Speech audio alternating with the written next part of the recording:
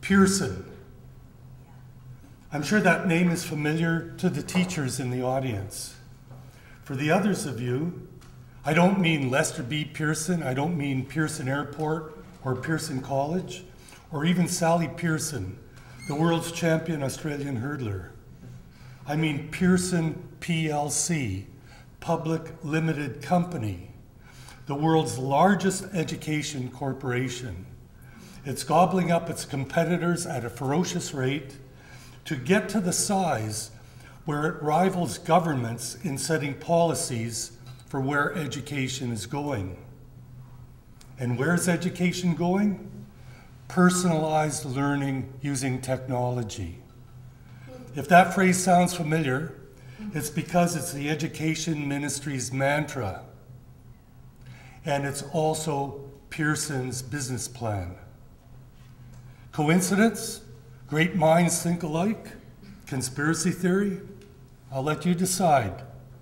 But what I can tell you are some of the many ways Pearson can penetrate the BC education system using that strategy, and they're already doing it. Let's not forget how Pearson earns its revenues.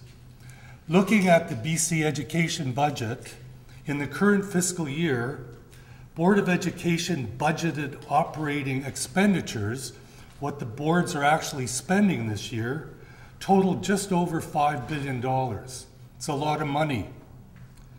Of that amount, 83% goes for what's called Function 1, or instruction. This includes regular instruction, counseling, libraries, Aboriginal education, school administration, and much more. Instruction, that's where Pearson's sought-after treasure trove resides. Replacing teachers and administrators with Pearson's patented software and programs is the strategy. This is why personalized learning using technology is so crucial to the company. One industry analyst sees this as a key growth strategy that will, quote, revolutionize how education is delivered to students around the world, unquote. How will it do this? Because it will make every teacher and every student into a potential customer.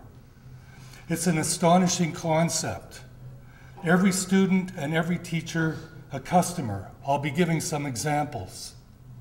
In my report to the BC Teachers Federation, I look at the 5 elements of the BC Education Plan with its personalized learning using technology mantra and identify Pearson programs that fit into each element. These examples all come from the United States, where Pearson has made great inroads into the education market, as it's called there. The threat for BC is that Canada falls within Pearson's North American Education Division.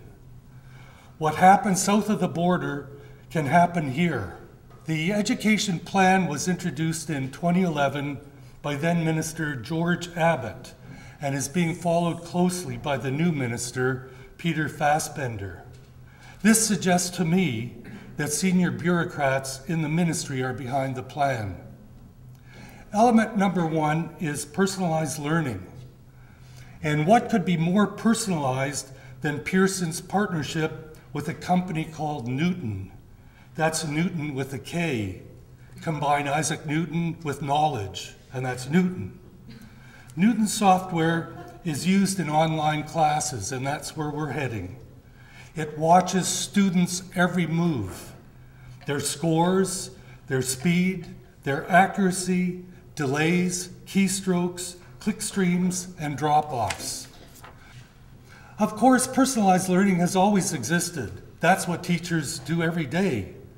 One Surrey teacher wrote a letter to the Vancouver Sun saying, Our schools, curricula, and teacher conferences are chock full of practices, research, and training in differentiated instruction, multiple intelligences, leveled reading groups, and project-based learning, all ways to adapt instruction to the varied abilities and interests of our students. Another ingredient in this first plan element is the redesign of curriculum to reflect core competencies, skills, and knowledge that students need to succeed in the 21st century. I'm sure you've heard that language before. The second element of the plan, quality teaching and learning, could be a sleeper for Pearson. The sleeper is that technology isn't even mentioned. But since the entire plan is infused with technology, this is a curious omission. What about performance evaluation, say, for new teachers? In 2006, Pearson bought National Evaluation Systems, the leading provider of customized state assessments for teacher certifications in the US. Then, in 2011, Pearson signed an agreement with Stanford University to develop a national licensing procedure that assesses pre-service teacher candidates. Is a new teacher ready for the job? Pearson and Stanford will give state licensing bodies the answer. 7 states have signed on and another 27 are considering it. To pass the tests, candidates submit a classroom teaching video and 40 to 50 pages of written responses to pre-designed reflective questions. These are scored by contract employees, calibrated by Pearson to review the assessment. That means Pearson gives them the list of what are the good and bad answers, and then they check these off. Candidates pay Pearson a $300 fee. Reviewers get $75 per assessment. It seems to be a sweet deal for Pearson. This is one way teachers become Pearson customers, although not by choice. Then there's the evaluation of practicing teachers. Increasingly in the US, teacher evaluations are based on their students' scores. Pearson has this market segment sewn up as a leading provider and administrator of tests. Element number 3 in the plan is flexibility and choice. This is not just about promoting private schools, which the plan does in spades.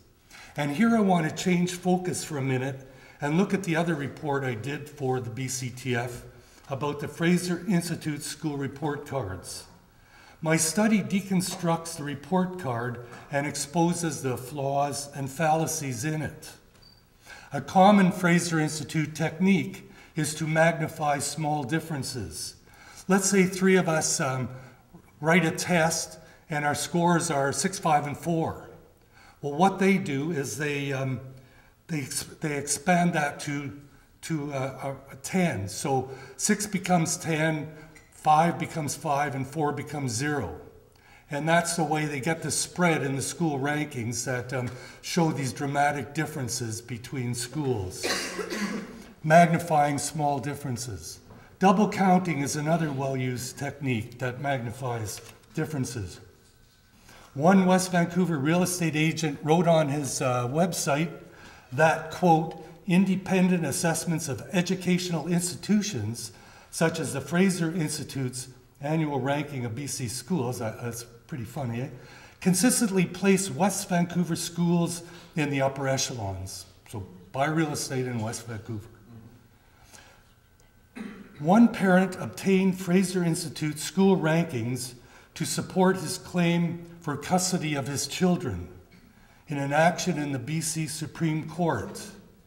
He lived near a school ranked 53rd, while the school that the other parent wanted the children to attend was ranked 354th. Wonder who got the children.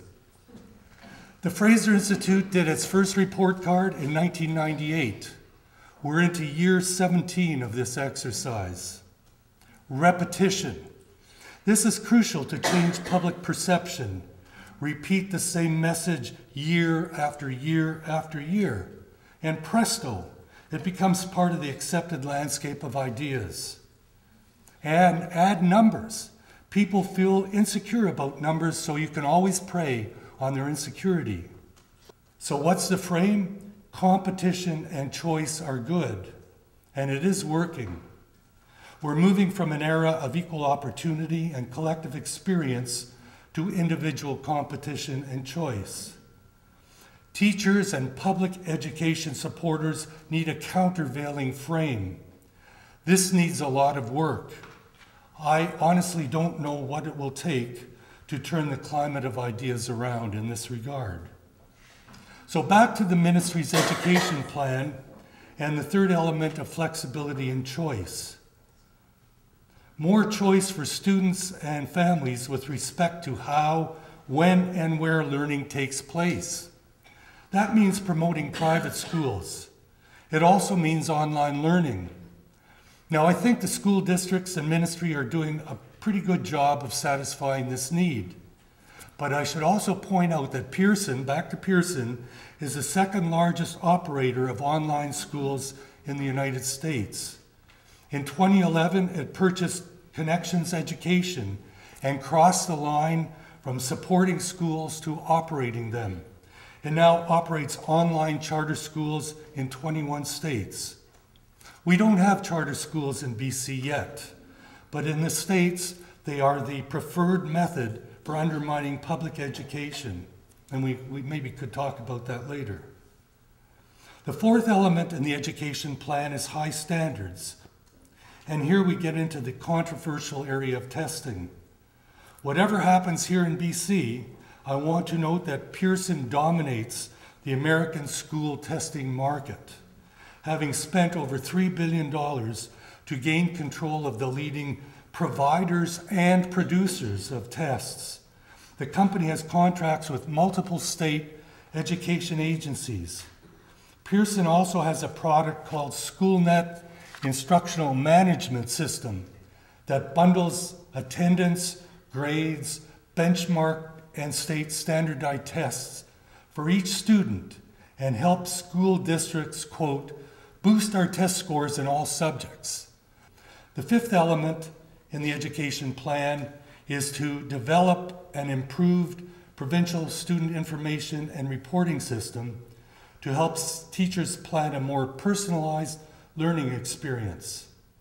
Why this is in the plan, I'm sure many of you know, is because the current system, the notorious BC ESIS, that's British Columbia Enterprise Student Information System, was causing so many headaches for teachers and administrators. It was flawed beyond repair. I want to end with the words of Diane Ravitch. For most of her professional life, Ravitch was an ardent supporter of what has come to be accepted as gospel, at least in the United States.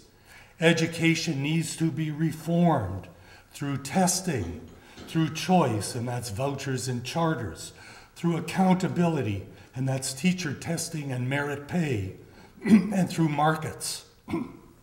She was even an assistant secretary in the education department under the George H.W. Bush administration. But as the consequences of school reform became apparent, poor children were not doing better. Blacks and Hispanics, the gap between blacks, Hispanics, and whites were not closing. Ravitch rethought her position and became once again, as she says, a friend and supporter of public education. And she asks, are we prepared to hand over our children, our teachers, and our definition of knowledge to Pearson? We all know what the answer to that question must be. Thank you.